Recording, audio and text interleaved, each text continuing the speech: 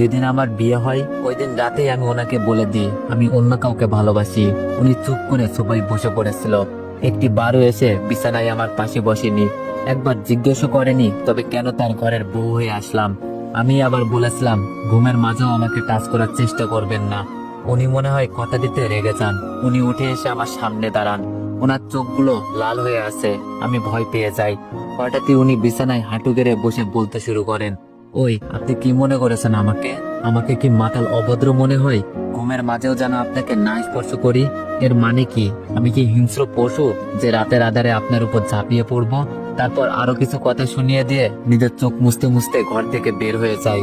আমি বিছানা ছেড়ে উঠে গিয়ে জানালা দিয়ে বারান্দার দিকে তাকাই, দেখে উনি নীরবে বসে আছেন আর একটু পর পর চোখ মুছতে ব্যস্ত।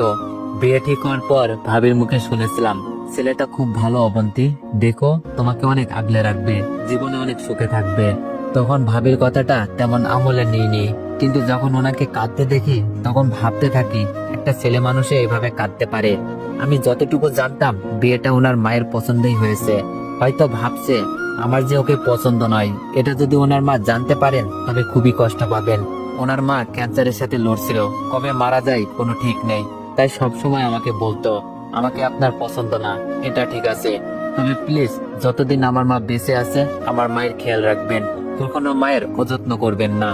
উনি কথাটা এত করুণ ভাবে বলছিল যে আমার নিজেরই কান্না পাচ্ছিল। ওনার চোখেও বেদনার জল ঝলমল করছিল। চোখের পানি আড়াল করতেই উনি আমার সামনে থেকে চলে যায়, আড়ালে গিয়ে চোখ মুছতে থাকেন। একদিন উনি তাড়াতাড়ি বাসায় ফিরে আসেন। আমি তখন আমার বয়ফ্রেন্ডের সাথে ফোনে কথা বলতেছিলাম। উনি এত তাড়াতাড়ি ঘরে ঢুকেন যে আমি আর ফোনটা রাখার সুযোগ পাইনি। উনি রুমে ঢুকেই আমার হাত থেকে ফোনটা টান দিয়ে নিয়ে নেয়। তারপর স্ক্রিনে কল রানিং দেখে ফোনটা এত জোরে আছাড় দেন যে ডিসপ্লে গুঁড়ো গুঁড়ো হয়ে যায়। তারপর প্রচুর রাগে বলতে শুরু করেন, আপনার বাবা আপনাকে বিনা টাকায় এ বাড়িতে পাঠায়নি, দেনমোহরে 2 লাখ টাকা দিতে হয়েছে, বিয়ের গহনা আর অন্য খরচ বাবদ 4 থেকে 5 লাখ টাকা খরচ হয়েছে। 9 বছরের সব জমানো ভালোবাসা আর টাকা দিয়ে তারপর আপনাকে এই বাড়িতে এনেছিলাম। এর কোনো শুকরিয়া আপনি আদায় করেছেন? কি চেয়েছিলাম আপনার কাছে? মোহরানার টাকা পরিশোধ করার পর আপনার উপরে আমার সম্পূর্ণ হক ছিল, তবুও এক মুহূর্তের জন্য আপনাকে স্পর্শ করিনি। বিয়ে করে আনার পর এই বাড়ির ছোট বড় কাজগুলো করার আপনার দায়িত্ব ছিল, কিন্তু তাও কোনোদিন আপনাকে কিছু বলিনি। শুধু বলেছিলাম মাকে একটু দেখে রাখবেন। আর মাত্র 1 ঘন্টা আগে তার খারাপ লাগার কথা বলেছে মা আমাকে ফোন দিয়ে। আমি অফিস থেকে চলে আসছি, আর আপনি একটু পাশের রুমে গিয়েও দেখতে পারেননি আমার মা কেমন আছে? আর দেখতেও হবে না আপনাকে। দেনমোহরের অর্ধেক টাকা ফিরিয়ে দিয়ে চলে যাবেন এখান থেকে, আপনাকে আমার প্রয়োজন নেই। তারপর উনি হন হন করে চলে যায়। আমি কখনো এত কষ্ট পাইনি ওনার কথাই যতটা কষ্ট পেলাম। আসলেই তো এই বাড়িতে আমার হাজারটা দায়িত্ব, আর আমি কিনা ওনার একটা আবদার পূরণ করতে পারলাম না। আর কি যেন বলেছিল, 2 বছরের জমানো ভালোবাসা মানে কি আসলে? যেদিন থেকে যৌবনে পদার্পণ করেন তখন থেকে যে ব্যক্তি অনাগত স্ত্রীকে ভালোবাসতে পারেন, আমি কিনা তাকে একটি বাড়ির জন্য ভালোবাসতে পারিনি, তার একটা আবদারও পূরণ করতে পারিনি। ধপাস করে ফ্লোরে বসে পড়ি। আমার চোখ দিয়ে তখন অবিরাম পানি ঝরছিল। সেই প্রথম আমি মন ভরে কান্না করি। হঠাৎ করে মাইক্রোবাসের দরজা টানার আওয়াজে আমার হুঁশ ফিরে। তাড়াতাড়ি ঘর থেকে বের হই, দেখি উঠানে একটা মাইক্রোবাস দাঁড়িয়ে আছে, আর উনি শাশুড়ি মাকে কোলে নিয়ে ঘর থেকে বের হচ্ছেন। কি হয়েছে দেখার জন্য দৌড়ে যাই, দেখি আমার শাশুড়ির জ্ঞান নেই। বুঝতে বাকি রইল না যে উনি অসুস্থ হয়ে পড়েছেন। আমি উনাকে কেবল আমিও যাব কথাটা বলেই দৌড়ে রুমে চলে আসি। তাড়াতাড়ি বোরকাটা পরে রুম থেকে বের হই। আম্মাকে গাড়ির পিছনের বড় সিটটাতে লম্বা করে শোয়ানো হয়েছে, আর মাথাটা আমার স্বামীর কোলের উপর রাখা। আমিও গাড়িতে উঠতে পারি। গিয়ে ওনার পাশে বসে বলি, আপনি সামনে চলে যান, আমার মাথাটা আমার কোলে দিন। উনি কোনো কিছু না বলে আমার দিকে রক্ত চোখে তাকান। ওনার চাওয়াতে নিষিদ্ধ স্পষ্ট। বাধ্য হয়ে আমি পিছনের সিটে গিয়ে বসে পড়ি। আম্মাকে হসপিটালের জরুরি বিভাগে ঢুকানো হয়, আর উনি পুরো বারান্দা জুড়ে পায়চারি করছেন। আমি বসে থাকতে পারছি না, কেননা উনি হাঁটতেছেন। এই অবস্থায় যদি আমি বসে আরাম করি তবে উনি হয়তো আবারও কষ্ট পাবেন। আমি এগিয়ে গিয়ে ওনাকে বসতে বলি, এতে উনি বড় বড় চোখ করে আমার দিকে তাকান। আমি ভয়ে আর কিছুই বলিনি, দেয়ালে ঠেস দিয়ে দাঁড়িয়ে থাকি। পরে লোয়ার লম্বা চেয়ারটাই গিয়ে উনি বসেন। আমিও ওনার পাশে গিয়ে বসি। হাতটা এগিয়ে ওনার কাঁধে রাখতে মন চাইছে, কিন্তু ভয়ে এগোতে পারছিলাম না। মন চাইছিল ওনার বুকে মাথা রেখে কতক্ষণ কান্না করি, হয়তো উনি এতে কিছুটা হলেও ভরসা পাবে আর আমারই একটু ভালো লাগবে। কিন্তু অতটা সাহস আমার তখন নেই। তবুও কাছুমাছু করে ওনার পাশে গিয়ে চেয়ার টেনে সামনে বসি। মনে মনে ভাবতে থাকি আমার এমন কৃতকর্মের জন্য ক্ষমা চাওয়া অনেক জরুরি, কিন্তু হাসপাতালে তো আর পায়ে ধরে মাপ চাওয়া যায় না। আর স্বামীর কাছে স্ত্রী ক্ষমা চাইতে হলে পায়ে ধরতে হয় না, আলতো করে হাতটা ধরে 2 ফোঁটা চোখের জল ফেললেই যথেষ্ট, অথবা ছোট্ট বিড়াল ছানার মতো করে স্বামীর বুকে মুখ লুকিয়ে দিলেই হয়। হয়তো প্রথমে স্বামী স্ত্রীর দিকে একটু গরম নজরে তাকাবে, তবে তখন স্বামীর চোখের দিকে অসহায়ের মতো তাকালেই হয়ে যায়। একটা লম্বা সময় নিয়ে কোনো মেয়ে যদি তার প্রিয় মানুষটার চোখের দিকে তাকিয়ে থাকে, তবে সেই ছেলেটা যত রাগী হোক না কেন সে অবশ্যই গলে যাবে। অতঃপর শক্ত করে জড়িয়ে বুকের সাথে মিলিয়ে গেলে সব শেষ। কিন্তু আমার ক্ষেত্রে মোটেও এমন সুযোগ ছিল না, কেননা ওনার সাথে আমার স্বামী স্ত্রীর কোনো সম্পর্কই ছিল না। কোনোদিন একটু সময় নিয়ে ওনার সাথে কথাও বলিনি। তবে ভাবলাম একটু চেষ্টা করলে ক্ষতি কি। ওনার ডান হাতটা টেনে 2 হাতের মধ্যে নিলাম। উনি কিছুই বললেন না, এক দৃষ্টিতে অন্যদিকে তাকিয়ে আছে। আমি বুঝতে পারছি চিন্তায় উনি এই বিষয়টি খেয়াল পর্যন্ত করেননি। আমি ওনার দৃষ্টি আমার দিকে ফেরাতে চেষ্টা করলাম। ওনার হাতটা শক্ত করে আমার 2 হাতের তালুর মধ্যে নিলাম। তাতেও কোনো কাজ হয়নি দেখে আমি নিজেকে ওনার একদম কাছে নিয়ে গেলাম। ওনার কাঁধে মাথা রেখে ওনার বাহু দুটো জড়িয়ে ধরলাম। এবার উনি আমার দিকে তাকালো। আমি ওনার চোখের দিকে তাকিয়ে নিজের ঠোঁটগুলো বারবার বাঁকাতে লাগলাম, আর ঘন ঘন ঢোকর গিলতে গিলতে একটা করুণ দৃষ্টিতে ওনার দিকে তাকিয়ে রইলাম। উনি কি ভাবলো জানি না, একটা দীর্ঘশ্বাস ছেড়ে চোখের পাতা দুটো এক করতে কয়েক ফোঁটা জল গড়িয়ে পড়লো। উনি বাম হাত দিয়ে চোখ মুছে নিয়ে আমার হাতের তালুর পিঠটা চেপে ধরে রাখলো। আমার কাছে কেমন লাগছিল সেটা আমি আজও কল্পনা করতে পারি না। কোন একটা অজানা অনুভূতি এসে গ্রাস করেছিল আমাকে। ওটাই ছিল আমার প্রথম স্পর্শ। প্রিয় মানুষটার কাছে প্রতিটা নারী হয়তো এমন একটা স্পর্শের আশায় থাকে, তবে আমাদের মধ্যে একে অপরের প্রিয় হওয়ার মতো কোনো সম্পর্কই তখন ছিল না। তাই ওই সব কিছু মিলিয়ে এক অন্যরকম অনুভূতি হচ্ছিল আমার, কিন্তু সেটা বেশিক্ষণ স্থায়ী হয়নি। পরক্ষণেই উনি আমার কাছ থেকে নিজের হাতটা ছাড়িয়ে নিলেন, চেয়ার থেকে উঠে সামনে চলে গেলেন। আমি অবাক চোখে ওনার দিকে তাকিয়েছিলাম। উনি একবারের জন্য আর আমার দিকে ফিরে তাকায়নি। একটু পর ডাক্তার রুম থেকে গোমরা মুখে বেরিয়ে আসে। আমার স্বামী দৌড়ে ওনার কাছে যান, উৎসুক দৃষ্টিতে তাকিয়ে থাকেন ওনার দিকে। ওনার সে করুণ চোখের দৃষ্টি আজও আমার চোখে ভেসে ওঠে। অতঃপর ডাক্তার ওনার কাঁধে হাত রেখে কিছুক্ষণ সময় নিয়ে আস্তে আস্তে কিছু একটা বলতে থাকে। আমি উঠে সেখানে যাই শোনার জন্য, কিন্তু ডাক্তার যা বললো তা শোনার জন্য আমরা কেউই প্রস্তুত ছিলাম না। ডাক্তার ওনার কাঁধে হাত রেখে বলেন, সরি স্যার, আপনার মায়ের লিভার ক্যান্সার হয়ে গেছে। হয়তোবা আর বেশি হলে 40 দিন বাঁচবে। পরীক্ষা করলে পুরো শিওর হয়ে যাবে। কথাটা শুনে আমার শরীরের লোমগুলো দাঁড়িয়ে যায়, আর উনি যেন কাঁদতে ভুলে গেলেন। রোবটের মতো মেপে মেপে কয়েক কদম এগিয়ে এসে আবার চেয়ারটাতে বসেন। হাত দুটোর কোনোই হাঁটুতে ভর দেয়। 10টা আঙুল দিয়ে পুরো মুখটা আড়াল করে নীরবে কাঁদতে লাগেন। আমি এবার আর নিজেকে কন্ট্রোল করতে পারলাম না। গিয়ে ওনার পাশে বসলাম। ওনার কাঁধে হাত দিয়ে বলতে লাগলাম, sorry, I very sorry, please please. কথাগুলো বলে কাঁদতে কাঁদতে ওনার বাহু জড়িয়ে কাঁধে মাথা রাখলাম। উনি বলতে লাগলেন, কেন এমন হয় আমার সাথে? সবসময় কেন এমন হয়? এই জীবনে কি কখনো সুখ পাবো না আমি? কেন এমন হয় বারবার? কেন? বলতে বলতে উনি কান্নায় ভেঙে পড়েন। আমি ওনার মাথাটা আমার কাঁধে রেখে মাথায় হাত বুলাতে রাখি আর সান্ত্বনা দিয়ে বলতে থাকি, আমার কিচ্ছু হবে না, একদম চিন্তা করবেন না।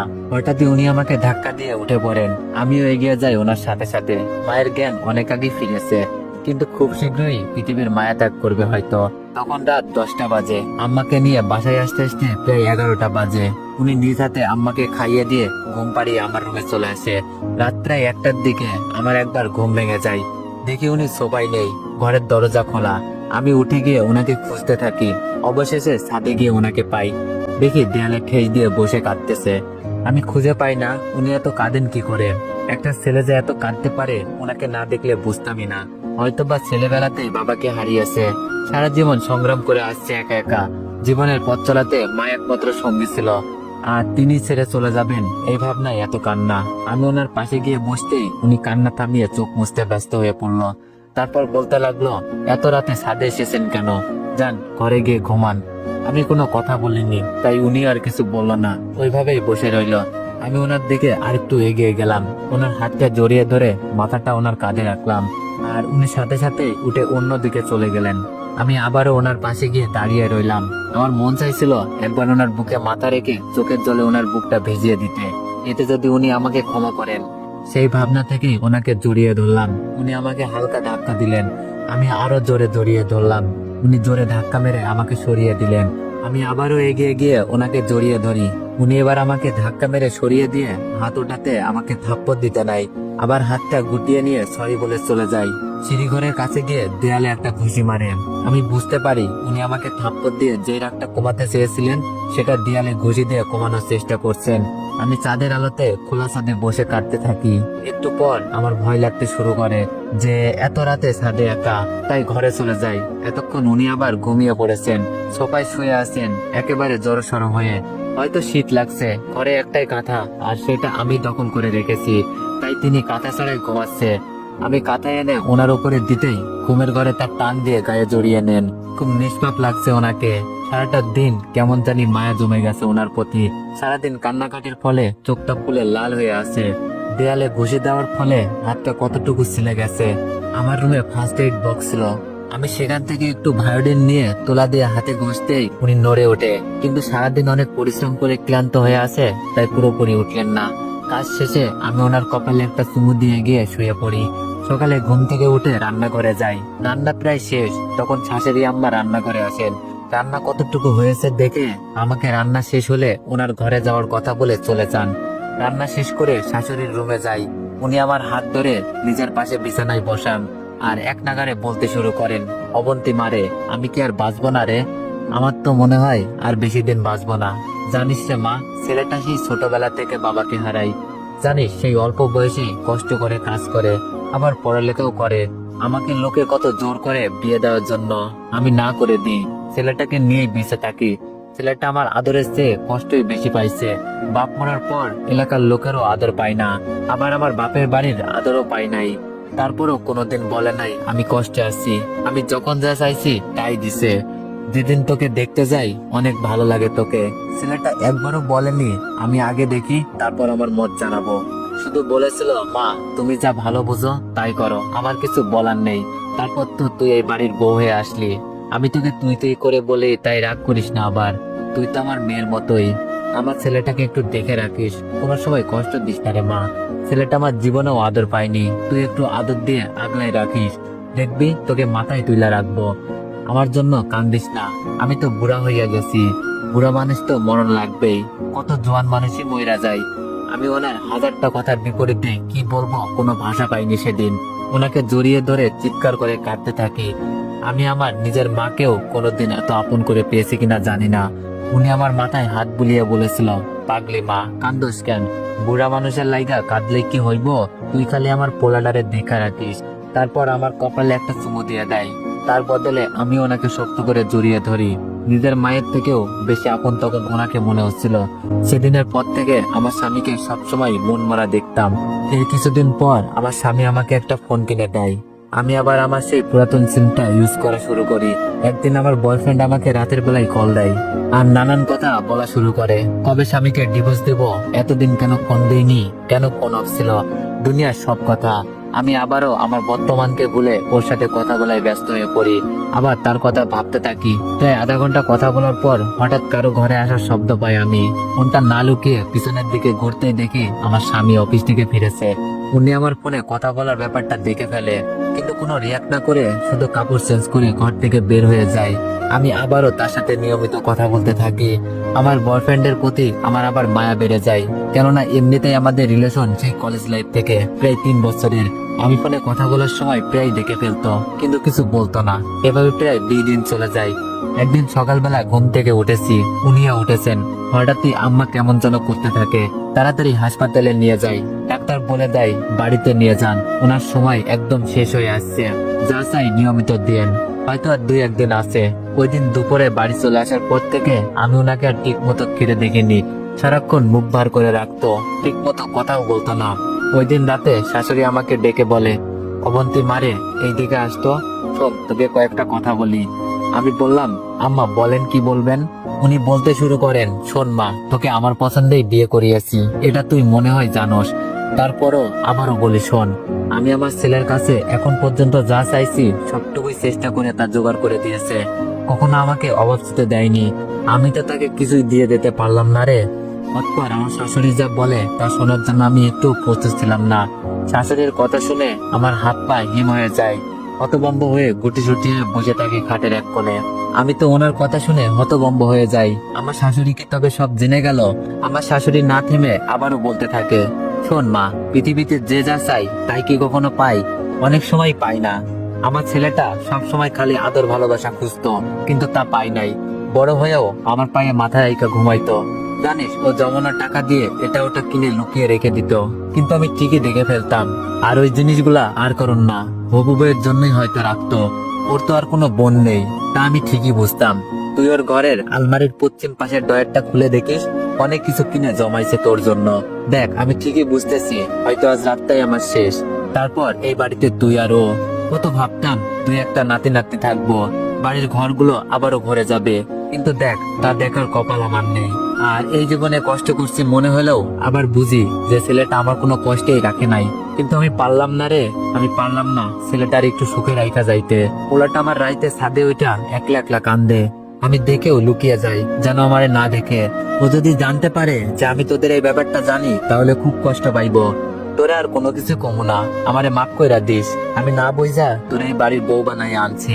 এখন যা, গিয়ে ঘুমা। শেষবারের মতো আজকে একটু ঘুমাই। তুই পারলে আমার একটু ওদুর পানি আয়না দিস, নামাজ পড়া ঘুমাই। যদি সকালে সুযোগ না পাই। আমি এতটাই পাষাণ হয়ে গিয়েছিলাম যে ওই দিন শাশুড়ির পা ধরে মাপটাও চাই নাই। ওদের মুখটা হাতে নিয়ে ঘর থেকে বেরোতেই দেখি আমার স্বামী শাশুড়ির ঘরের বারান্দা থেকে উল্টো দিকে হাঁটছে। তার মানে উনি এতক্ষণ সব শুনেছে। শাশুড়িকে ওজুর পানি এনে দিয়ে আমি আমার ঘরে চলে আসি। উনিও একটু পরে এসে ঘুমিয়ে পড়েন। পরের দিন সকালে উঠে শাশুড়ির ঘরে যাই, দেখি উনি অনেকক্ষণ আগেই উঠেছেন ঘুম থেকে। নামাজ শেষ করে তসবিহ হাতে বসে আছে। আমি জিজ্ঞেস করি, আম্মা কিছু খাবেন এখন? চা বানিয়ে দিব? উনি আমাকে না করে দেন। আমিও নামাজ শেষ করে রান্নায় ব্যস্ত হয়ে পড়ি। আমার স্বামী ওই দিন অফিসে যায়নি, ঘরেই থাকেন। একটু পর পর শাশুড়ির খেয়াল করছেন, খোঁজ নিচ্ছেন।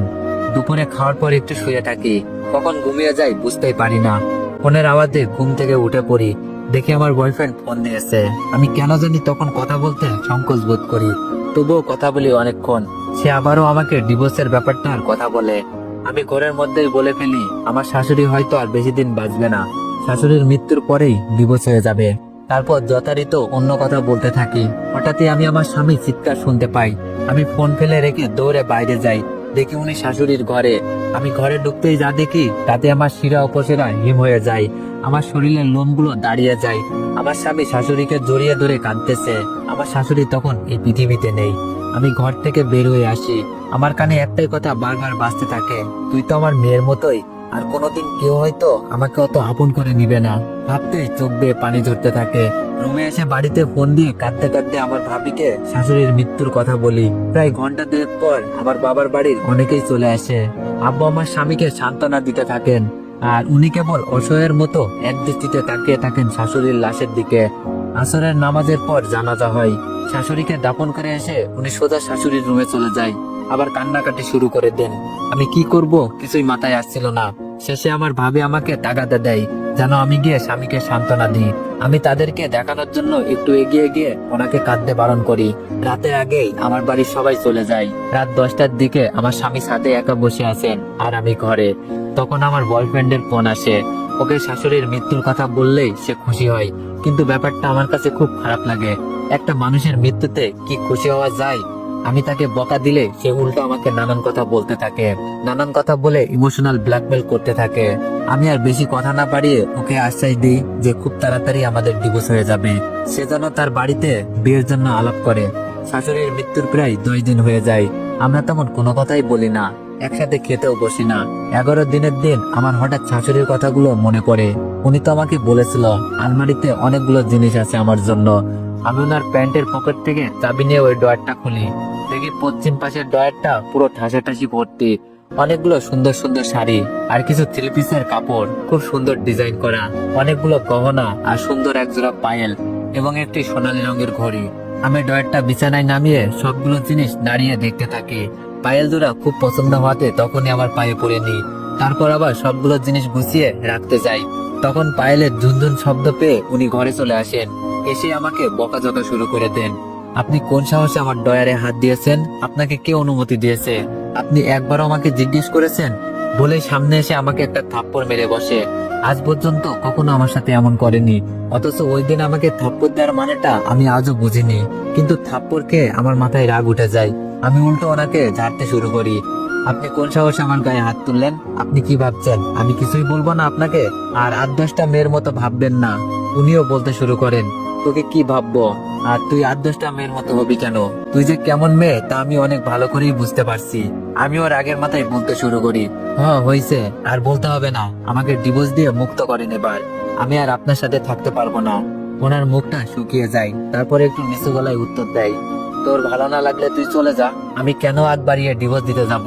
যা, এখনই চলে যা, দেখ তোর কোন দরদি তোকে নেই। আমিও আর দেরি করিনি, তখনই নিজের বাড়ি চলে যাই। ওই দিনের সেই ভুলের মাসুল কি হবে তা আমি আন্দাজও করতে পারিনি, কিন্তু আস্তে আস্তে আমার সব বুঝে আসতে থাকে।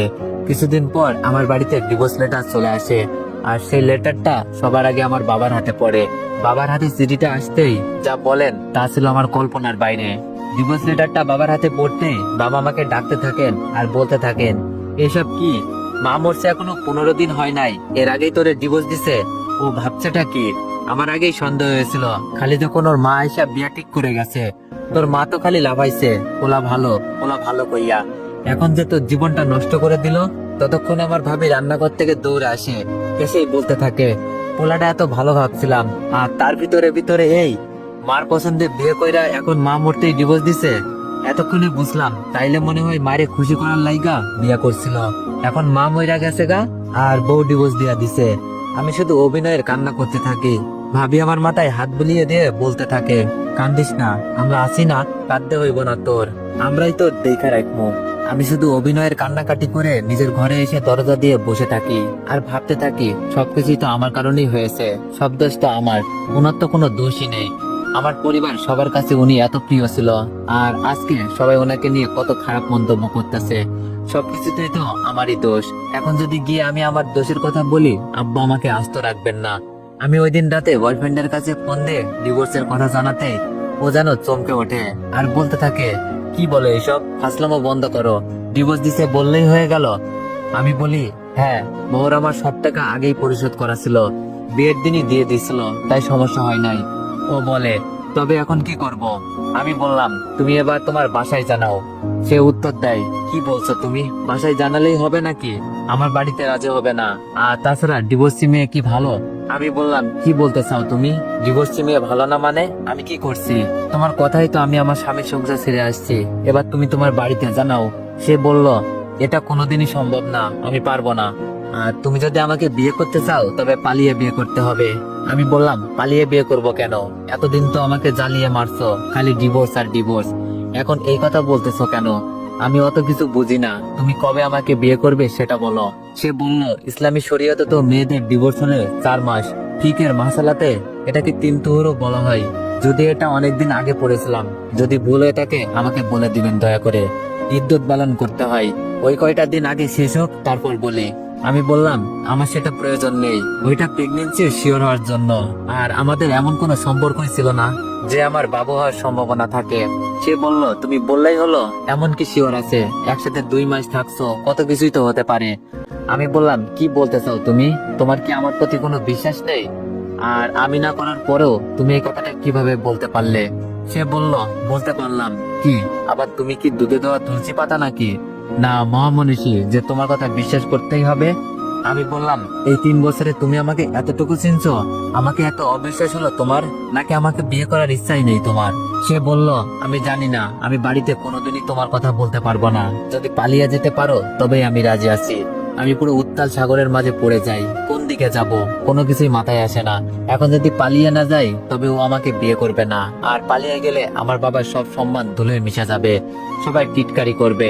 তারপর আমি বাধ্য হয়ে ওকে বলি যে হ্যাঁ, আমি পালিয়ে যেতে রাজি আছি। এখন বলো, কবে বিয়ে করবে? সে বলল, সেটা আমি কি বলবো, তুমি ঠিক করো, আর টাকা ম্যানেজ হলে তারপর আমাকে বলবে। আমি বললাম, টাকা ম্যানেজ হলে মানে? টাকা কি আমি দিব নাকি? টাকা আমি কোথায় পাবো? সে বলল, টাকা কোথায় পাবে মানে? দেনমোহরের টাকা কি হয়েছে? আমি বললাম, দেনমোহরের টাকা উনি বিয়ের সময় পুরোটা দিয়ে দিয়েছিল, ওটা আব্বুর কাছে আছে, আমি নিতে পারবো না। সে বলল, নিতে না পারলে বিয়ে হবে কি করে? আমি একটা টাকাও খরচ করতে পারবো না, আমার কাছে কোনো টাকা নেই। আমি বললাম, কি বলছো তুমি এইসব? তোমার কাছে যদি বিয়ে করার মতো টাকাই না থাকে, আবার বাড়িতেও জানাতে না পারো, তবে আমার সংসার ভাঙলে কেন? সে বলল, আমি ভাবছিলাম দেনমোহরের 2-3 লাখ টাকা পাবো, ওইগুলো দিয়েই হবে। আমি বললাম, তুমি ইদ্যত পালনের কথা জানো, তবে এটা জানো না স্ত্রী নিজের ডিভোর্স দিলে ওইটা খোলা তালাক বলে। এতে স্বামীর টাকা নিতে হয় না, উল্টো স্বামীকে টাকা দিয়ে ওই তালাক নিতে হয়। তুমি কেন তবে শুধু শুধু আমার সংসার ভাঙলে? ও বলল, দেখো যা হওয়ার হয়ে গেছে, তুমি আবার চলে যাও, আমার তোমাকে বিয়ে করা সম্ভব না। আমি বললাম, সম্ভব না মানে? তুমি কি আমাকে ভালোবাসো না? যদি আমাকে বিয়ে না করো তবে আমার সাথে রিলেশন কেন করলে? সে বলল, তোমাকে বিয়ের আগে হলে হয়তো বাড়িতে বলতে পারতাম, এখন তুমি একটা ডিভোর্সি মহিলা, ডিভোর্সি মহিলাকে বিয়ে কোনো পরিবারই মেনে নেবে না। আর আমি ভাবছিলাম তুমি দেনমোহরের টাকা পাবে, সেটা দিয়ে না হয় বিয়ে করে নিব, পরে 2-1 বছর পর বাড়িতে আসলে ঠিক হয়ে যাবে। কিন্তু এখন তুমি টাকা দিতে পারবে না, তাই আমিও বিয়ে করতে পারবো না। আর আমি তোমাকে আজ থেকে ভালোবাসি না, আমাকে আর কখনো ফোন দিবা না। এটা বলে সে ফোন কেটে দেয়। আমি ফোন দিলে আর রিসিভ করে না। আমি যার জন্য সব ছেড়ে চলে আসলাম, আর সে আমাকে এই কথা বলতেছে। কার জন্য আমি এত কিছু করলাম? আমি এখন কোন দিকে যাব? আমি আমার বাবা মাকে কি বলবো? আর যদি আমি আমার স্বামীর কাছে ফিরে যাই, তবে ওনার সামনে আমি কোন মুখে দাঁড়াবো? কি জবাব দিব ওনার কথাগুলোর? আমার চারিদিক অন্ধকার হয়ে আসে। এত কিছু চাপ সহ্য করতে না পেরে আমি অজ্ঞান হয়ে যাই। জ্ঞান ফিরতেই দেখি আমার পাশে আমার মা আর ভাবি বসা। ওনারা আমাকে অজ্ঞান হওয়াটাকে সেইভাবেই দেখে যেভাবে 8-10টা নববিবাহিত মেয়েরা মাথা ঘুরে পড়ে যাওয়ার আর অজ্ঞান হয়ে যাওয়াটাকে দেখে। মানে আমি প্রেগনেন্সির কথা বলতেছি আর কি। কিন্তু আমি তো জানি যে আসলে কি হয়েছে।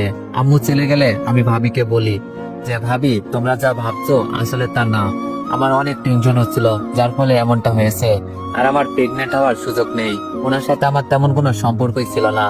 আমার ভাবি বলল, কি বলছো তুমি এইসব? ও তো আমাকে প্রথম থেকেই মেনে নেয়নি, তুমি আমাদের বলনি কেন? আমি কি বলবো ভেবে পাই না, কারণ উনি তো আমাকে মেনে নিতে অস্বীকার জানায়নি। আমার জন্যই তো এসব হলো, তাই আমি আর কোনো উত্তর দিতে পারিনি। শুধু বলি, ভাবি বাদ দিন তো এইসব, আর বলবেন না। ভাবিও আর কিছু না বলে চলে যায়। পরের দিন আমি আবার আমার বয়ফ্রেন্ডকে ফোন দিই। তখন ও আমাকে যেই কথাগুলো বলে তা শুনে আমার মনে হয় এখনই আমার পায়ের নিচের মাটি ছুটে যাক। আমার আর এই পৃথিবীতে থাকার কোনো প্রয়োজন নেই।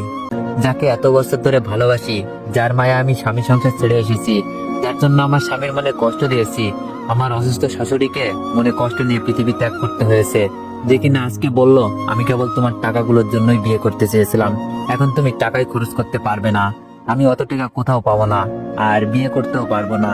আর বাড়িতে আমি একজন অবিবাহিত ছেলে হয়ে যদি একটা ডিভোর্সি মেয়েকে বিয়ের কথা বলি, তবে আমার বাবা আমাকে ত্যায্য পুত্র করতে পারেন। আমি তোমাকে বিয়ে করতে পারবো না, আর ভালোবাসি না, আমাকে আর দ্বিতীয়বার কল দিবে না। আমি কার জন্য এত কিছু করলাম? কার জন্য? যার জন্য সবকিছু ছেড়ে চলে আসলাম। আমার আর কিছুই ভালো লাগতো না। আমার বাড়িতে প্রতিনিয়ত আমার স্বামীর নামে নানান কথা বলতে থাকে। আগে সহ্য হলেও পরে আমার ওই কথাগুলো সহ্য হয় না। উনি কেন এত কথা শুনবেন? ওনার তো কোনো দোষ ছিল না, ওনার মাঝে তো কোনো কিছুরই কমতি ছিল না। আমি তো ভালোবাসাগুলোকে দূরে ঠেলে দিয়েছি। কেন করলাম আমি এইসব? কেন? একটা বারের জন্য আমি ওনার কথা ভাবলাম না। আমি এতটাই স্বার্থপর হয়ে গেলাম, উনি কি কখনো আমাকে ক্ষমা করতে পারবেন? আর কি কোনো সুযোগ আছে আমার ওনার কাছ থেকে ক্ষমা নেওয়ার? এমন হাজারটা প্রশ্ন আমাকে প্রতিনিয়ত তাড়া করতে থাকে। বিবেকে ছুড়ে দেওয়া প্রতিটি গভীর প্রশ্ন আমার হৃদয়টাকে ক্ষত বিক্ষত করতে থাকে। আমার মন চাই যদি একটা বারের জন্য হলেও ওনাকে শক্ত করে জড়িয়ে ধরে বলতে পারতাম, চোখের পানিতে ওনার বুকটা ভিজিয়ে দিতে পারতাম, হয়তোবা উনিও আমাকে জড়িয়ে ধরে বলতো, আর কাঁদতে হবে না, ভালোবাসি তোকে, খুব ভালোবাসি, কথা দে আর কখনো ছেড়ে যাবি না। আমি তখন ওনার বুকে মুখ লুকিয়ে বলতাম, এই জীবন যতদিন আছে কখনো আর ছেড়ে যাব না, শুধু একটিবার আপনার বুকে ঠাঁই দিবেন আমায়। কিন্তু এই কথাগুলো কেবল কল্পনায় জায়গা দেওয়া যায়, বাস্তবতা অনেক ভিন্ন। আমি কি কখনো ওনার সামনে দাঁড়াতে পারবো? ওনার চোখে চোখ রাখতে পারবো? ওনার বুকে মাথা রাখতে পারবো? শক্ত করে একবার জড়িয়ে ধরতে পারবো? জানি না কখনো সম্ভব কিনা। আমি পারবো না, আমি হয়তো পারবো না। তবে আজ কেন জানি মনে হচ্ছিল, হ্যাঁ আমি ওনাকে ভালোবেসে ফেলেছিলাম।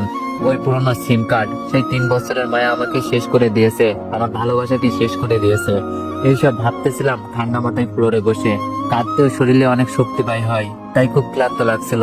একটু ঘুমালে মনে হয় ভালো হতো। এইভাবে ফ্লোর থেকে উঠে বিছানার কাছে যেতেই ঝুনঝুন শব্দ আমার কানে বাজতে থাকে। হ্যাঁ, ওই দিন আসার সময় পায়েলগুলো রেখে আসেনি। উনিও আমাকে বারণ করেনি, হয়তোবা ভালোবাসতেন বলেই কিছু বলেনি, নয়তোবা আমার সাথে আর কথা বলার কোনো রুচি হয়নি, তাই আমারও আর রাগের সময় খেয়াল হয়নি। বিছানায় বসে এক নজরে তাকিয়েছিলাম পায়েলগুলোর দিকে। রেডিমেড জিনিস নয়, অর্ডার দিয়ে বানানো। একটা পায়েল খুলে প্রতিটা অংশ ভালোভাবে খুঁটিয়ে দেখছিলাম। খোদাই করে খুব সুন্দর করে লিখেছিল এ, আবার একটু দূরে লেখা আই, একটু উঁচু করে আঁকা লাভ, তারপরে লেখা ইউ। এই ছোট ছোট সংক্ষিপ্ত লেখাগুলোর মানে সবাই বুঝে। আমিও সেদিন বুঝেছিলাম। পায়েলটা বুকে জড়িয়ে অনেক কান্না করি। এত ভালোবাসা জমেছিল আমার জন্য, আর আমি একটু অর্জন করতে পারলাম না। পায়েলে কি কেবল এটা লেখা ছিল, না প্রতিটা জিনিসই এভাবে লেখা ছিল, আর আমি সেগুলো আমার গলায়, আমার হাতে এক জায়গায় স্থান দিতে পারলাম না, শুধুমাত্র পায়ে স্থান দিতে পারলাম। আমি নির্বোধ, সবচেয়ে নির্বোধ। বৈধ ভালোবাসাগুলোকে দূরে ঠেলে দিয়ে একটা অবৈধ মায়ায় জড়িয়েছিলাম। অন্ধকার হয়ে আসে আমার পৃথিবীটা। অনেকে হয়তো বা ওই সময় আত্মহত্যাও করে ফেলতো, কিন্তু আমি করিনি। আমার দেশে হারানো ভালোবাসা পেতেই হবে। এই পৃথিবীতে যদি নাও পাই, পরের জগতে হয়তো বা পাবো। আর যদি আত্মহত্যা করি, তবে তো আর কোনো জগতেই আমি সেই ভালোবাসা পাবো না। সেই চিন্তাই বেঁচেছিলাম। প্রতিদিন ভাবতে থাকি ওনাকে একটু ফোন দিই অন্তত, কিন্তু সাহসী কুলাই না। আমি পারি না ফোন দিতে। এইভাবে প্রায় 10 দিন কেটে যায়। মনে হয় আরো বেশিও হতে পারে। একদিন রাতে খেতে বসছি, তখন একটা মেসেজ আসে। আমি খাওয়া শেষ করে আর সেটা দেখতে মন থাকে না। পরে রাতে ঘুমানোর আগে ফোন হাতে নিলেই মেসেজটা দেখি। মেসেজটা আমার স্বামীর নাম্বার থেকে এসেছে। আমি তাড়াতাড়ি সেটা পড়তে উঠে বসি। অনেক বড় একটা মেসেজ। কি রেখে কি পড়বো আমি বুঝতে পারি না। অবশেষে শুরু থেকে খুব মন দিয়ে পড়তে শুরু করি। উনি লিখেছেন, কেমন আছো? আশা করি খুব ভালো আছো। আমি কেমন আছি তা না বললেও চলবে। আজ আব্বুর মৃত্যু 40 দিন হলো। যদিও এই দিন হিসেবে বিশেষ কোনো কিছুই নেই, তবুও আমি এই দিনটা একটা বিশেষ দিন ধরে নিয়েছিলাম। ইসলামী শরীয়তে 40 দিন প্রশংসনীয়, তাই আর কি। আমি ঠিক করে রেখেছিলাম আম্মুর মৃত্যুর 40 দিন পর্যন্ত তোমাকে সময় দিব, কিন্তু তুমি এই দিনগুলোর মাঝে একবারের জন্য যোগাযোগ করনি। কি দোষ করেছিলাম? না হয় রাগের মাথায় একটা থাপ্পড়ই দিয়েছিলাম। কই, এতদিন তো কিছুই বলিনি। তোমার এত অনিয়মের পরেও কিছু বলিনি, কিন্তু যেদিন শুনি যে আমার আম্মু সব জেনে গেছে, ওই দিন থেকে আমার রাগ চলে আসে। তবুও তোমাকে ওই কয়দিন সময় দিয়েছিলাম। খুব ভালোবাসতাম তোমাকে, খুব খুব। তাই সহজেই বলতে পারিনি। তুমি নিজে যদি ডিভোর্সটা দিতে, তবে তোমার বাড়িতে অনেক সমস্যা হতো। তাই বাধ্য হয়ে আমি ডিভোর্স দিই। আজ প্রায় 22 দিন হতে গেছে তুমি চলে গেছো। একটা বারের জন্য মনে হলো না যে আমি একা একা কিভাবে চলি, কে রান্না করে দেয়, কিভাবে সময় মতো অফিসে যাই? আমি কি ঠিক মতো অফিসে যেতে পারি? ঠিক সময় মতো খেতে পারি? সময় মতো ঘুম থেকে উঠতে পারি? একটা বারের জন্য জানতে মন চাইলো না আমি বেঁচে আছি না মরে গেছি? তারও খোঁজ নাও নেই। ওই দিন আমার অফিসে এসে সবার সামনে তোমার বাবা আমাকে প্রায় 30 মিনিট নানান কথা শুনিয়েছে। কতটা অপমান করেছে সবার সামনে। একটা বারও আমি ওনার দিকে মুখ তুলে তাকাতে পারিনি। একবারও বলিনি যে আমি কিছুই করিনি, আপনার মেয়ের জন্য এসব হয়েছে। বললে হয়তো তুমি অনেক কথা শুনতে, লোকে তোমাকে খারাপ ভাবতো, তুমি অনেক বকা খেতে। তাই ওই দিন তোমার নামে কোনো অভিযোগ করতে পারিনি। কেন জানো? বড্ড ভালোবাসি যে তোমাকে। অফিসের কলিগরা আমার বাজে ছেলে ভেবেছে ওই দিন, কিন্তু আমি একবারও তাদের ভুল শুধরে দিইনি। কারণ একটাই, বড্ড ভালোবাসতাম তোমাকে। কিন্তু তুমি একটুও ভালোবাসোনি আমাকে, একটুও না।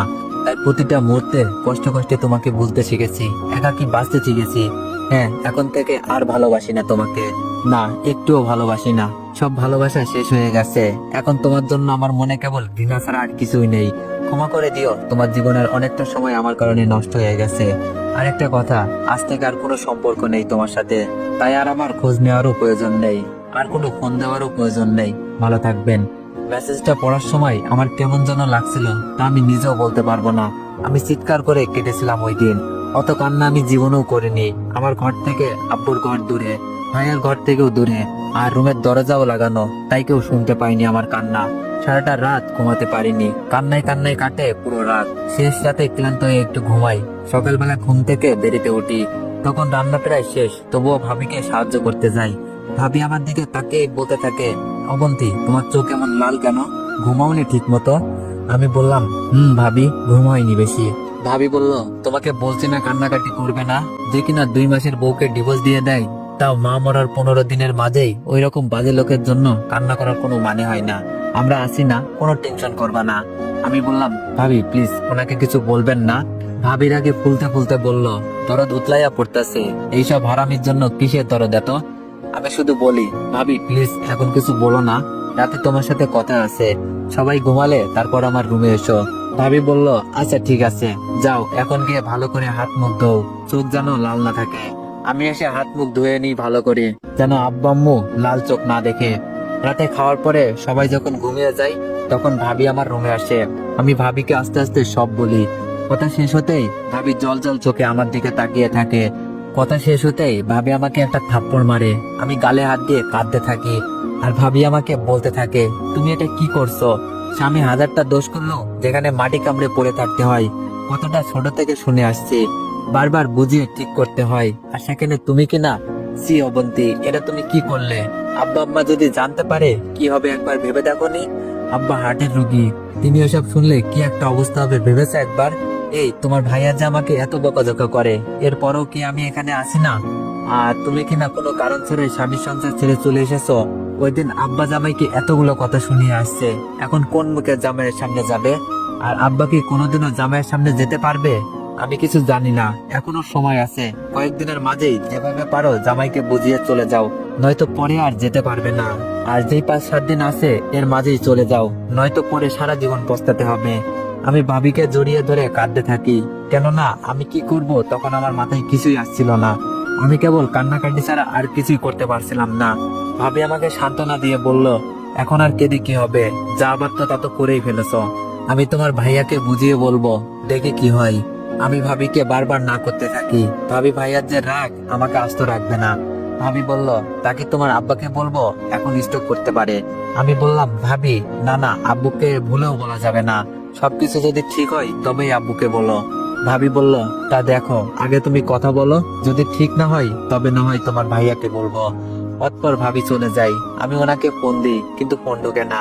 আমার নাম্বারটা হয়তো ব্লক করে রেখেছে। আমি ভাবির ফোন নিয়ে ফোন দিই। 2-3 বার রিং হওয়ার পর উনি ফোন ধরে। সালাম দিয়ে কেমন আছেন বলতেই উনি উত্তর দেয়, আলহামদুলিল্লাহ। কে বলছেন? আমি আমতা আমতা করে বলি, আমি অবন্তী।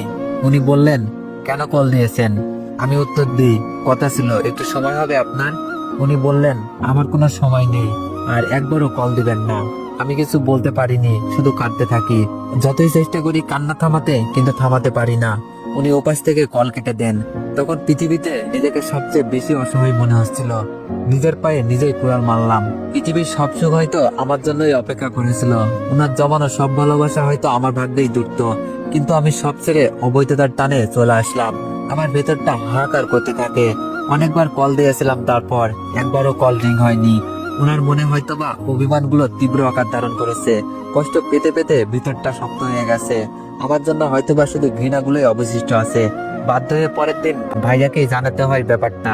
আমার আর তখন কিছুই করার ছিল না। ওনাকে আমি আর বোঝাতে পারবো না, এতটুকু জ্ঞান আমার হয়ে গিয়েছিল। ভাইয়াকে কথাটা জানাতেই ওই দিন রাতেই বাড়িতে আসে। ভাইয়া যখন আমার সামনে দাঁড়ায়, আমি ভাইয়ার দিকে তাকাতে পারি না ভয়ে। এমনিতে ভাইয়া অনেক রাগী, তার উপর আমি যেই অপরাধ করেছি এর কোনো ক্ষমা নেই। যদি ভাইয়া আমাকে মারে, সেই ভয়ে আমি আগেই ভাইয়াকে জড়িয়ে ধরে কাঁদতে থাকি। এটা করে ভাইয়া আমাকে মারতে পারেনি, কিন্তু কথা শুনিয়েছে প্রচুর। কেন এরকম একটা কাজ করেছি? তারা কি কখনো আমার খারাপ চেয়েছিল কিনা, যার ফলে আমি এই ভুল কাজটা করেছি? আমি কোনো জবাব দিতে পারিনি সেই সময়। পরে ভাইয়া আমার মাথায় হাত বুলিয়ে বলে, একটা মাত্র বোন তুই, তোর কষ্ট আমি সহ্য করতে পারবো না। আব্দুল্লাহর কাছে না হয় আমার একটু ছোট হতে হবে, তবুও তোর জীবনটা তো নষ্ট হতে দিতে পারি না। তার আগে তুই একটা কথা বল, আর কোনোদিনও তুই কোনো প্রকার ভুল কাজ করবি না? আব্দুল্লাহর আমার কথার বাইরে একটা কাজও করবি না? আর যদি করিস তবে মনে করবি যে তোর ভাই আর নেই, তুই আর জীবনেও আমার সামনে আসতে পারবি না। আমি কি উত্তর দিব বুঝে পাইনি। ভাইয়াকে জড়িয়ে কাঁদতে কাঁদতে বলেছিলাম, আমি কোনোদিনও তোমার অমর্যাদা হতে দিব না ভাইয়া, তুমি আমাকে ক্ষমা করে দিও। আমি তখন স্পষ্ট ভাবে ভাইয়ার চোখেও পানি দেখতে পাচ্ছিলাম। ভাইয়ের যতই রাগ হোক না কেন, ছোট বোনগুলোর যে তাদের কলিজা, সেটা আমি ওই দিন বুঝতে পারি। আমিও অজরে কাঁদতে থাকি আর বলতে থাকি, ভাইয়া আই এম সরি ভাইয়া। ভাইয়া আমাকে কিছুই বলতে পারিনি। আমার চোখ মুছিয়ে দিয়ে বলে, তুই যে আমার কলিজা, তোর কান্না আমার সহ্য হয় না, আর কাঁদতে হবে না। আব্দুল্লাহকে আমি খুব ভালো করেই চিনি, সব ঠিক হয়ে যাবে। ভাইয়ার কথা শুনে আমার কান্না থামেনি, বরং বেড়ে গিয়েছিল। কিন্তু ওই কান্নাটা ছিল খুশির। ভাইয়ার মুখ থেকে আমার প্রতি ভালোবাসার কথাটা শোনা। পরের দিন শনিবার আমার স্বামীর অফিস বন্ধ, এটা আমি জানতাম। সকালবেলা ভাইয়া আমাকে নিয়ে আমার স্বামীর বাড়িতে যাই। দরজায় নক করার কিছুক্ষণের মাঝেই উনি দরজা খুলে দেন। ওনার মুখটা কেমন শুকিয়ে গেছে। ঘামাক্ত মুখটা দেখে বুঝতে পারছিলাম উনি রান্না করছিলেন। উনি আমাকে দেখেই আবার মুখ ঘুরিয়ে দরজা বন্ধ করে দিতে নেন, কিন্তু পরবর্তীতে ভাইয়াকে দেখে আর দরজা লাগাতে পারিনি। আমরা দুজন ঘরে ঢুকে পড়ি। ভাইয়া আমাকে দূরে যেতে বলে। তারপর ওনার হাত ধরে কি সব বলছিলেন, আমি কিছুই শুনতে পাইনি। কিন্তু সুমন্দি হয়ে এভাবে ছোট বোনের জামাইয়ের হাত ধরে আকুতি করে কথা বলাই আমার স্বামী বেশ লজ্জা পাচ্ছিলেন। এটা আমি বেশ ভালো করেই বুঝতে পারি। কথা শেষ করে ভাইয়া এক মুহূর্ত দেরি করেনি, হনহন করে বেরিয়ে যায়। ভাইয়া চলে যেতেই উনি আমার সামনে এসে দাঁড়ায়। কিছুক্ষণ কি যেন ভাবতে থাকেন, তারপর ঠাস করে আমার গালে একটা থাপ্পড় লাগিয়ে দেন আর বলতে থাকেন, মেয়েদের মুখের উপরে মারা নিষিদ্ধ, তারপরও মারলাম। কেন আসছেন আবার? আপনার কোন দরদি আছে না? গেলেন না তার কাছে? কেন আসছেন এইখানে? কি দরকার ছিল আসার? আজকে আপনার জন্য ভাইয়াকে এইভাবে আমার সামনে দাঁড়াতে হয়েছে। আমি কি জীবনেও আর ভাইয়ার দিকে তাকাতে পারবো? ভাইয়াই বা আমার সামনে আসতে পারবে? আব্বা সেদিন এতগুলো কথা বলে গেছেন আমাকে, এখন আমি কি করে আব্বার সামনে যাব? আর আব্বা জীবনে আমার সামনে দাঁড়াতে পারবে? আমি তাকালেই তো অপমানিত হবেন। কি ভাবছেন নিজেকে? পৃথিবীতে একমাত্র আপনি সব বোঝেন, আর কেউ কিছু বোঝে না। আপনাকে আর কোনোদিনও এই ঘরে আনার ইচ্ছে ছিল না আমার। শুধু ভাইয়ার দিকে তাকিয়ে আমি কিছু বলতে পারিনি। তবে মনে রাখবেন, আসছেন এই বাড়িতে থাকেন, কোনো সমস্যা নেই, কিন্তু ভুলেও আমার কোনো খাদেমদারি করতে আসতে হবে না। এতদিন যেমন ভাবে চলে আসছি বাকি দিনও চলতে পারবো। অতবার আমাকে কিছু বলার সুযোগ না দিয়ে রান্না করে চলে যান। আমি যে জীবনে কি জিনিস হারিয়েছি তা তখন বুঝতে পারি। কত আদর আহ্লাদ ভালোবাসা হয়তো আমার জন্য ছিল, কিন্তু ক্ষণিকের ভুল আমি সব হারিয়েছি। বাবা মার সামনেও আমি অপরাধী হয়ে গেলাম। আমার ভাইয়াকে আমার জন্য নিজের ছোট বোনের জামাইয়ের কাছে ছোট হতে হলো। আর যিনি আমাকে এত ভালোবাসতেন তিনিও আমাকে অবহেলা করে চলে গেলেন। তবুও অন্য কেউ হলে হয়তোবার কোনোদিনও এই বাড়িতে মাথা গোঁজার ঠাঁইটুকু পেতাম না, কিন্তু তবুও তো উনি আমাকে অন্তত ঠাঁই দিয়েছেন, তাতেই আমি খুশি ছিলাম।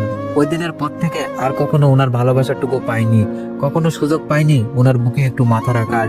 ঘুমের মাঝেও একবারের জন্য জড়িয়ে ধরতে পারিনি, একটিবারের জন্য কাঁধে মাথা রেখে কাঁদতে পারিনি। উনি বিছানায় ঘুমাতেন না আমার স্পর্শ পাবেন বলে, সেই আগের মতো সোফাতেই ঘুমিয়ে পড়তেন। কতবার চেষ্টা করেছি ফ্লোরে বসে অন্তত ওনার হাতে মাথা রেখে ঘুমাতে, পারিনি। কখনো ঘুম থেকে উঠে ধমকাতে একটু দেরি করেনি। কতবার চেষ্টা করেছি পাশে ক্ষমা চাইতে, কিন্তু একটিবারের জন্য ওনাকে ছুতে পর্যন্ত দেয়নি। আমার ভিতরে কষ্টগুলো পাহাড়ের মতো বিশাল হতে থাকে। প্রতিনিয়ত চোখের পানি ঝরিয়েও কষ্ট কমাতে পারিনি। মাঝে মধ্যে মাঝরাতে উঠে চুপ করে ফ্লোরে বসে থাকতাম, এক দৃষ্টিতে ওনার ঘুমন্ত চেহারার দিকে তাকিয়ে থাকতাম। কত সুন্দর একটা মুখ ছিল আগে, আমি যাওয়ার পরে একদম শুকিয়ে গেছে। যে মানুষটা কখনো রান্না করেনি সে ওই কয়টা দিন কি খেয়ে বেঁচেছিলেন তা আল্লাহ তাআলাই ভালো জানে। ওভাবে কখনো ঘন্টার পর ঘন্টাও বসে থাকতাম, চোখ থেকে পানিগুলো গাল বেয়ে বেয়ে পড়ে গলা পর্যন্ত ভিজিয়ে দিত। অবশেষে ক্লান্ত হয়ে আবারও ঘুমিয়ে যেতাম। একদিন রাতে উনি অফিস থেকে ফিরতে খুব দেরি করছিল, টেনশনে আমার বুক শুকিয়ে আসছিল। অতপর প্রায় 10টার দিকে বৃষ্টিতে ভিজতে ভিজতে বাড়ি ফিরে সারা শরীরে কাপড় ভিজে একাকার, একদম কাক ভেজা হয়ে কাঁপতে কাঁপতে ঘরে ঢুকেন। তাড়াতাড়ি কাপড় পাল্টে কোনো রকম কটা খেয়ে মাথা মুড়ি দিয়ে সবাই ঘুমিয়ে পড়েন। রাতে প্রচুর জ্বর আসে, হাত ঘুমে গোংরাতে গোংরাতে আবল তাবল বলতে থাকে। ঘুম থেকে উঠে কাঁধে ভর দিয়ে সোফা থেকে কোনো রকম বিছানায় নিয়ে আসি ওনাকে। শরীর জ্বরে পুড়ে যাচ্ছে, মাথার নিচে পলিথিনের কাগজ দিয়ে মাথায় প্রায় 2 বালতি পানি দিতে হয়। তারপর জ্বর কিছুটা কমে আসে, ভেজা বালিশ থেকে মাথা সরিয়ে আমার পায়ের উপর শুয়ে দিই। রাত তখন প্রায় 1টা বাজে, আমার চোখে প্রচুর ঘুম আসে, কিন্তু ওনার মাথাটা পা থেকে সরিয়ে বালিশে দিয়ে আমিও যে একটু ঘুমাবো তার সাহসও পাই না। কতদিন পরে ওনাকে কাছে পাওয়ার একটু সুযোগ পেয়েছি সেই ভাবনাই পিঠ দেয়ালে ঠেই দিয়ে বসে থাকি। কখন যে ঘুমিয়ে পড়ি নিজেও জানি না। হঠাৎ ওনার ডাকে ঘুম ভেঙে যায়। এই অবন্তী, অবন্তী, এই ওঠো। আমি ঘুম জড়ানোর কণ্ঠে উত্তর দিই, কি হয়েছে, আবার খারাপ লাগছে? উনি বললেন, না এখন একটু ভালো লাগতেছে। আমি বললাম, আচ্ছা তবে ঘুমিয়ে থাকুন, সব ঠিক হয়ে যাবে। উনি বললেন, তুমি এভাবে ঠাই দিয়ে ঘুমাতে পারবে? বালিশ নিয়ে শুয়ে পড়ো। আমি উত্তর দিই, আসলে বালিশ একটা ভিজে গেছে, আর একটাতে কি করে 2জন ঘুমাবো, তার চেয়ে ভালো হবে এভাবেই ঘুমিয়ে থাকুন, আমিও ঘুমাই। আর কোনো কথা না বলে উনি বালিশ নিয়ে শুয়ে পড়েন, আর একটু পরে আমাকে টেনে শুয়ে দেন। আমি এমনিতেই বসে বসে ঘুমিয়েছি, আমার ঘুম ভালো হয়নি, ঘুমে চোখ বন্ধ হয়ে আসছে, তাই বিছানায় মাথা রাখতেই আমি ঘুমে তলিয়ে যাই। সকালে ঘুম থেকে উঠে নড়তে পারি না, তখনও পুরোপুরি সকাল হয়নি। আমি নিজেকে আবিষ্কার করি ওনার বুকে, একটা মাত্র বালিশে উনি শুয়ে আছেন, আর আমি ওনার হাতের উপরে শুয়ে আছি। ওনার ডান হাতের উপরে আমার মাথা, আর বাম হাত দিয়ে আমাকে জড়িয়ে ধরে আছেন। তখন আমার যে কতটা ভালো লাগে আমি বলে বোঝাতে পারবো না। খুশিতে আমার কান্না চলে আসতে থাকে।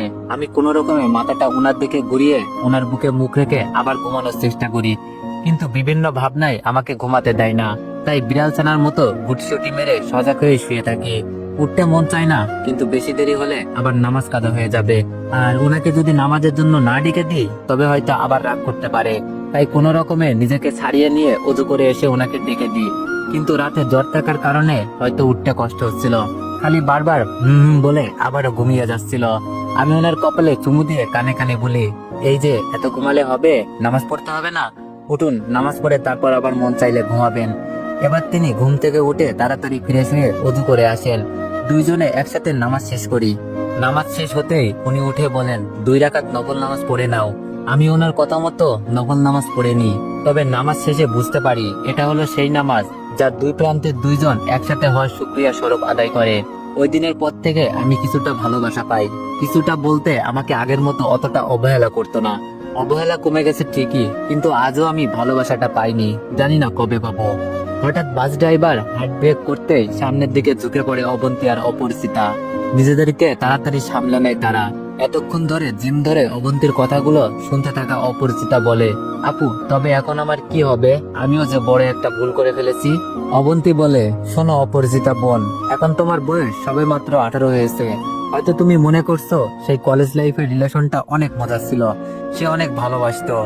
আরে বোকা মেয়ে, সে যদি তোমাকে ভালোবাসতো তবে একবারের জন্য হলেও তো তোমার পরিবারে বলতে পারতো, অথবা তার পরিবার থেকে কাউকে পাঠাতে পারতো। সে কিন্তু কিছুই করেনি। আরেকটা কথা শোনো, স্কুল কলেজ লাইফে কেউ কেউ রিলেশন কেন রাখে জানো? কেউ কেউ কেবলমাত্র একটু ফোনে গল্প করার জন্য আর কলেজ স্কুলে টাইম পাস করার জন্য রিলেশন করে।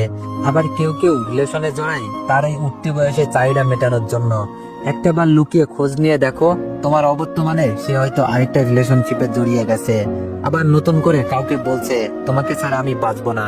তুমি হয়তো বা এখন আমাকে বলবে, আমি যে তোমাকে এত জ্ঞান দিচ্ছি, আমি কেন তবে ওই ভুলটা করেছিলাম?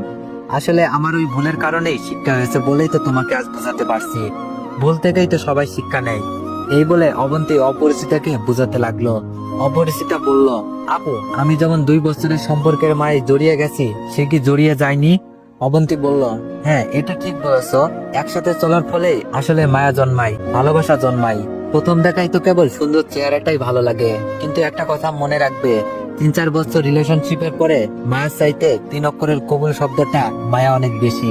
হুট করে একজনকে আই লাভ ইউ বলে ফেলা যায়, কিন্তু কবুল শব্দটা উচ্চারণের সময় হৃদয়টা ছিঁড়ে যায়, চোখ থেকে আপনা আপনি পানি ঝরে।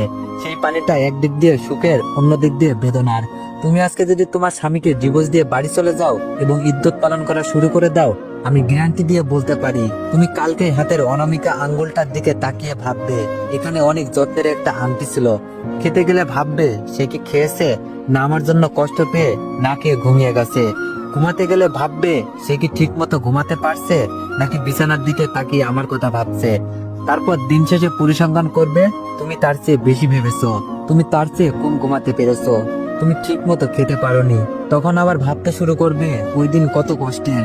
আলহামদুলিল্লাহ কবুল শব্দগুলো বলেছিলাম, আজ তো সব তাড়াতাড়ি ভুলে চলে এলাম, আমি কি ভুল করিনি? তখন তোমার বুঝে আসবে যে হ্যাঁ তুমি কি জিনিস পেছনে ফেলে রেখে চলে এসেছো। তখন অনেক দেরি হয়ে গেছে, তুমি আর সেই হারানোর জিনিস আগের মতো করে ফিরে পাবে না। অপরিচিতা উত্তর দেয়, আপু তবে এখন আমি কি করব? আমাকে একটা সঠিক রাস্তা বলে দাও। অবন্তী বলল, আমি এতক্ষণ যা বললাম খুঁজে দেখো, তার মাঝেই তোমার সঠিক রাস্তা। তুমি ওইসব অতীত বলে এখন বাস্তবতার চিন্তা করো। এখন তোমার বিয়ে হয়ে গেছে, বিয়ের পরে তুমি যতই অতীত ভাববে ততই তোমার পাপের পাল্লা ভারী হবে। আর তাছাড়া তুমি যদি এখন আবার সেই পুরনো প্রেমিকের কাছে ফিরে যাও, তুমি কি ভাবছো তুমি সুখী হবে? মোটেও না। ছোট থেকে ছোট ভুলে সে তোমাকে খোঁটা দিবে, তোমার একটু ভুলেই শাশুড়ি ননদের খোঁটা শুনতে হবে। তাই যা বলেছি তাই করো। যাও পিছনের সিটে গিয়ে বসো, রাতে অতীত ভুলের জন্য স্বামীর কাছে ক্ষমা চেয়ে নিও, আর সুন্দর করে সংসার শুরু করো। অপরিচিতা একটু চুপ থেকে আবার বলে, সত্যি যাবো আপু? অবন্তী বলল, তো আর কি, যাও পিছনের সিটে যাও, আর আমার জন্য দোয়া করো যেন সব ঠিক হয়ে যায়। অপরিচিতা মুচকে এসে অবন্তীর পাশ থেকে উঠে 2 সিট পিছনে গিয়ে স্বামীর পাশে বসে। অবন্তীর মুখেও হাসি ফুটে ওঠে, মনে মনে বলতে থাকে, আল্লাহ আমি পেরেছি, নিজে ভুল করলেও অন্যকে ভুল করতে দিইনি। আমি তাকে বুঝতে পেরেছি, আমি একটা সংসার সুন্দর করার ওসিলা হয়েছি। আল্লাহ আল্লাহ এই কাজকে উসিলা করে তুমি আমার সংসারটা ঠিক করে দাও। আল্লাহ তুমি ওনার মন পরিবর্তন করে দাও, এখন থেকে যেন উনি আমাকে আগের মতো ভালোবাসে সেই ব্যবস্থা করে দাও। অবন্তী আজকে তার বাপের বাড়ি যাচ্ছিল। একা একা তো আর যাওয়ার কথা ছিল না, অবশ্যই তার স্বামীর সাথে থাকতো। আসার সময় স্বামীকে অনেক বলেছিল, কিন্তু তার স্বামী আব্দুল্লাহ বলে, দেখো আমি কোন মুখ নিয়ে তোমার বাড়িতে যাব? আমি পারবো না। আব্বা আমাকে দেখলেই অপমানিত হবেন, আম্মা আমাকে দেখলেই অপমানিত হবেন। আমি কারোর দিকে মুখ তুলে তাকাতে পারবো না, কারণ মুখ তুলে তাকালেই তারা অপরাধ বোধে ভুগবে। আমি চাই না ওদেরকে অপমানিত করতে। তার চেয়ে ভালো তোমার যেতে মন চাই তুমি যাও, আমি গাড়িতে তুলে গিয়ে আসি। বাস একেবারে তোমাদের এলাকায় স্টেশন হয়ে যাবে, সেখান থেকে পরে রিক্সা করে চলে যাবে। অবন্তী আর কিছুই বলতে পারে না, কারণ তার বোঝা হয়ে গেছে কি বলছে করে ফেলেছে, তাই কেবল মাথা চাকিয়ে সম্মতি জানাই। আব্দুল্লাহ স্ত্রীকে গাড়িতে উঠিয়ে নিজে অফিসে চলে যায়। আর সেই বাসে ওঠে অন্য আরেকটা নববিবাহিত দম্পতি। যখনই মেয়েটি তার স্বামীর সাথে না বসে বরং অবন্তীর পাশে খালি সিটে এসে বসলো, তখনই অবন্তীর মনে হলো হয়তোবা তাদের কোনো ঝগড়া হয়েছে, নয়তোবা তার মতোই কোনো সমস্যা। তখনই অবন্তীর প্রশ্নের জবাবে অপরিচিতা বলে তার জীবনে প্রথম প্রেমের গল্প, তার ভালোবাসার গল্প এবং তার পরিবার তার অমতে তাকে বিয়ে দিয়েছে সেই গল্প। অবন্তী অপরিচিতার ভুলটা বুঝতে পেরে নিজের জীবনের তিক্ত অভিজ্ঞতার কথা বলে অপরিচিতাকে বোঝাতে সক্ষম হয় যে আসলে বিয়ের সম্পর্কটাই আসল সম্পর্ক। অবন্তীর স্টেশন এসে পড়েছে, তাই নামতে যাই, তখন খেয়াল করে পিছনের সিটে তাকিয়ে দেখে অপরিচিতা তার স্বামীর কাঁধে মাথা রেখে বসে আছে। নিজের অজান্তেই হাসি ফুটে ওঠে তার ঠোঁটে। বাস থেকে নেমে রিকশায় ওঠে, রিকশায় বসে ভাবতে থাকে আমি কত কিছু হারিয়ে ফেলেছি। আজ হয়তোবা উনি সাথে আসলে আমি এমন করে ওনার কাঁধে মাথা রেখে প্রকৃতির সৌন্দর্য উপভোগ করতে পারতাম। বাপের বাড়িতে সবাই জিজ্ঞেস করে জামাইকে নিয়ে আসি না কেন। অবন্তী নিজের চেহারা যত সম্ভব স্বাভাবিক রেখে বলে আসলে ওনার আজকে নাকি জরুরি কাজ আছে, তাই আসতে পারে নাই, পরে আসবে। কিন্তু অবন্তীর ভাবি বুঝে ফেলে যে অবন্তী মিথ্যা বলছে। রাতে খাওয়া দাওয়ার পরে অবন্তীকে জিজ্ঞেস করে অবন্তী তোমার জামাই কি এখনো রাগ করে আছে নাকি, আজকে আসলো না কেন। অবন্তী ভাবির কাছে কিছুই লুকায় না, সব বলে দেয়। অবন্তীর ভাবি ওকে সান্ত্বনা দিয়ে বলে কেঁদো না, সব ঠিক হয়ে যাবে, একটা বাবু হলে দেখবে সব ঠিক হয়ে যাবে। দেখো নাই তোমার ভাইয়া আগে আমার সাথে কত রাগ দেখাইতো, কিন্তু যেদিন শুনছে আমার বাবু হইব ওই দিন থেকে তো আমি যা বলি তাই শোনে। আগে তরকারিতে একটু লবণ কম বেশি হলেই রাগারাগি করতো, আর ওই দিন তরকারিতে ভুলে লবণ দেই নাই, কিন্তু চুপচাপ কষ্ট করে খাইয়া নিছে। খাওয়া শেষ কইরা তারপর বলছে এই তরকারিতে তো লবণ মনে হয় কম হইছে। পরে তো আমি দেখি যে লবণই দিই নাই। আমি পরে যখন কইলাম আপনি লবণ ছাড়া তরকারি কেমনে খাইছেন, একবার বললেন তো না। পরে তোমার ভাইয়া কইতাছে তুমি সারাদিন এত কষ্ট করো, এই গরমের মধ্যে রান্না করো, আমি একটু কষ্ট করে না হয় খাইলাম। পুরুষ মানুষের এমনিতেই রাগ বেশি, কিন্তু দেখো বাবু হইলে তখন আর রাগ করতো না, তুমি যা কইবা তাই শুনবো। অবন্তী মনে মনে ভাবে উনি তো এখন আমাকে ভালোই বাসে না ঠিক মতো, আর বাবু। অবন্তীর ভাবি বলে অবন্তী হইছে, এখন আর চিন্তা করুন লাগতো না, যাও গিয়ে ঘুমাও। আমিও জায়গা, তোমার ভাইয়া মশারি ছাড়াই শুইয়া রয়েছে, যেই মশা যাই আমি গিয়ে তোমার ভাইরে মশারি টাঙিয়ে দিতে হইব বলেই চলে যাই। অবন্তীও নিজের মতো মশারি টাঙিয়ে শুয়ে পড়ে, তারপর স্বামীকে ফোন দিয়ে খাওয়া দাওয়ার খোঁজ নিয়ে ঘুমিয়ে পড়ে। 2 দিন পর অবন্তীর আর বাপের বাড়িতে মন বসে না, খালি ভাবির কথাগুলো চিন্তা করে। স্বামীকে ফোন দিয়ে বলে এসে নিয়ে যেতে, কিন্তু আব্দুল্লাহ আসবে না জানিয়ে দেয়। কোনো ভাবনার অন্তর না পেয়ে বাবাকে বলে ফেলে আব্বু তুমি একটু বলো, না হলে উনি আসবে না। অবন্তীর বাবা লজ্জা সত্ত্বেও কোন রকমের মেয়ের জামাইকে কল দিয়ে বাড়িতে আসার কথা বলল।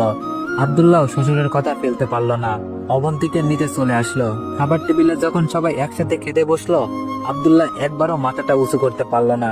পাশে তার শ্বশুরের সাথে চোকাচুকি হয়ে যায়। বিকালে স্ত্রীকে নিয়ে বাড়িতে ফিরে আসলো আব্দুল্লাহ। রাতে ঘুমাতে যাওয়ার আগে অবন্তীকে সাজতে দেখে প্রশ্ন করে এই রাতের বেলায় সাজুগুজু করার মানেটা কি।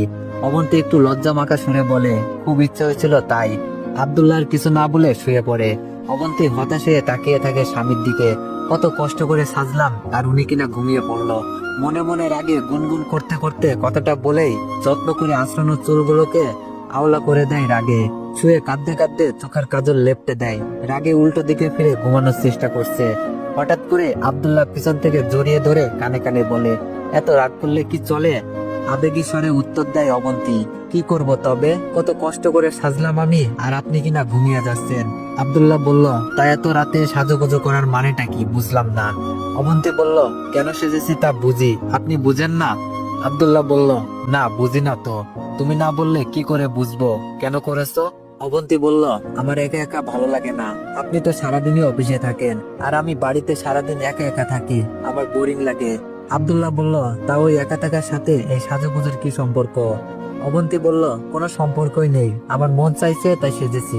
ন্যাকামি করে, কিছু যেন বুঝে না, আপনার শুনতে হবে না কিছু বলে একটা কৃত্রিম রাগ দেখিয়ে উল্টো পাশ ফিরে শোয়।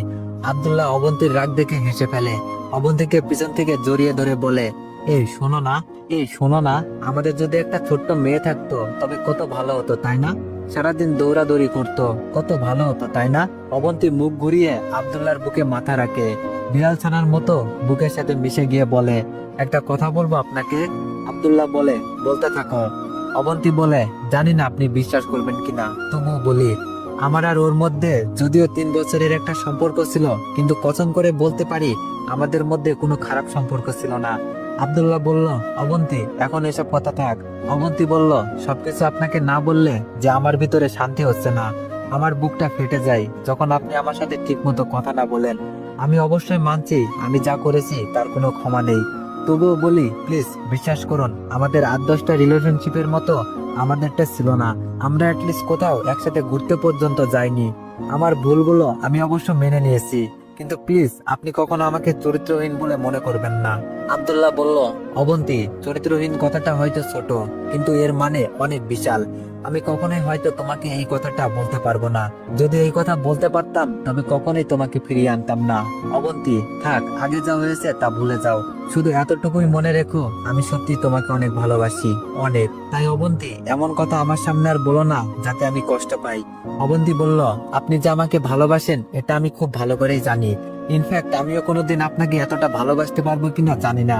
এত ভালোবাসার পরও কেন তবে আমাকে দূরে রাখেন? আব্দুল্লাহ বলল, জানি না কেন, কেন জানি একটু রাগ জমে গিয়েছিল তোমার প্রতি। অবন্তী বলল, এটাকে রাগ বলে না, ঘৃণা বলে। আপনি আমাকে অনেক ভালোবাসতেন, তাই আমি যখন আপনাকে একটু ভালোবাসিনি তখন আস্তে আস্তে আপনার কষ্ট লাগতে থাকে, আর সেই কষ্ট থেকেই আস্তে আস্তে আমার প্রতি ঘৃণা জন্মে গেছে। যখনই আমি চাই যে একটু আপনার বুকে মাথা রাখবো, তখনই আমার স্পর্শটা পর্যন্ত আপনার ঘৃণা লাগতে থাকে। জানেন আমার কতটা কষ্ট হয়? হয়তো আপনি বলবেন আমি অন্য কোথাও যেতে পারিনি বলেই এসে আপনার কাছে ঠাঁই নিয়েছি, আমিও এটা অনেকটাই মানি, কিন্তু বিশ্বাস করুন আমিও আপনাকে অনেক ভালোবাসি। আপনার প্রতিও আমার অনেক মায়া ছিল, কিন্তু কেন জানি না আমি শয়তানের কাছে হেরে গেলাম। আমি পারিনি সব বলে আপনার বুকে মাথা রাখতে। আব্দুল্লাহ কাঁদতে কাঁদতে বলে, আমার মা শেষ মুহূর্তে এসে শুধু তোমার জন্য কষ্ট পেয়েছে অবন্তী। মা আমাকে ভরসা করার মতো কারো কাছে রেখে যেতে পারিনি, এই জন্য কষ্ট পেতে পেতে মারা গেছে। অবন্তী, মায়ের জন্য কি তোমার একটুও মায়া লাগেনি? অবন্তী ডুকরে ডুকরে কাঁদতে কাঁদতে হঠাৎই পাগলের মতো করে কাঁদতে কাঁদতে বলতে থাকে, মা আমাকে এত ভালোবাসতো, আমাকে এত আদর করত। আমাকে যেদিন বলেছিল তুই তো আমার মেয়ের মতোই, সেদিন থেকে উনি আমার কাছে নিজের মায়ের মতোই হয়ে গিয়েছিল। জানি না তবু কেন আমি মাকে এতটা কষ্ট দিলাম। ওই কথা মনে পড়লে আমার কলিজাটা ছিঁড়ে যায়। আজও ওই ঘরে গেলে আমার চোখে ভেসে ওঠে। উনি হাসতে হাসতে বলেছেন তুই তো আমার মেয়ের মতোই। অবন্তী আর বলতে পারে না, পাগলের মতো কাঁদতে থাকে। আব্দুল্লাহ অবন্তীকে শক্ত করে জড়িয়ে ধরে বলে, প্লিজ আর বলো না, একটু শান্ত হও, নয়তো শরীর খারাপ করবে। অবন্তী একটা বিতু বিড়ালের বাচ্চার মতো করে স্বামীর বুকের সাথে লেপ্টে থাকে, একটু পর পর ফুপিয়ে ফুপিয়ে কাঁদতে থাকে। বেশ অনেকক্ষণ পরে অবন্তীকে চুপ থাকতে দেখে আব্দুল্লাহ বলে, এই অবন্তী, ঘুমিয়ে গেছো? অবন্তী বলে, না, আর কিছুক্ষণ এভাবে থাকতে দিন না প্লিজ, আর একটু শক্ত করে ধরেন আমাকে, যেন এতদিনের সব কষ্ট মিশে যায়। আব্দুল্লাহ বলল, অবন্তী তোমার কি হয়েছে বলো তো? আচ্ছা শোনো, আজকে থেকে আর অবন্তীকে কোনো কিছু নিয়ে ভাবতে হবে না, কেমন? আর এই কয়দিনের জন্য দুঃখিত, আর বকা দিব না তোমাকে। অবন্তী বলল, সত্যি এভাবে আগলে রাখবেন তো সব সময়? আর একটা কথা দিবেন আমাকে? আব্দুল্লাহ বলল, আবার কি কথা? অবন্তী বলল, আজকের পর থেকে আমি যদি কোনো ভুল করি তবে আমাকে প্রয়োজনে যতক্ষণ ইচ্ছা মারবেন, কিন্তু আমাকে আপনার কাছ থেকে দূরে যেতে দিবেন না। আব্দুল্লাহ বলল, আচ্ছা ঠিক আছে, এবার বলো ছাদে যাবে? আজকে অনেক সুন্দর একটা চাঁদ উঠেছে। অবন্তী বলল, এই চাঁদ সবসময় উঠবে, কিন্তু আমার এখন যতটা ভালো লাগছে এই ভালো লাগা আর কখনো পাবো না। আব্দুল্লাহ মুচকে এসে বলে, এইভাবে সবসময় থাকবে তো? যদি আবার কখনো আমাকে ছেড়ে যাও আমি হয়তো বাঁচবো না। অবন্তী বলল, সেই দিনটা পৃথিবীর ইতিহাসে আর কখনো আসবে না।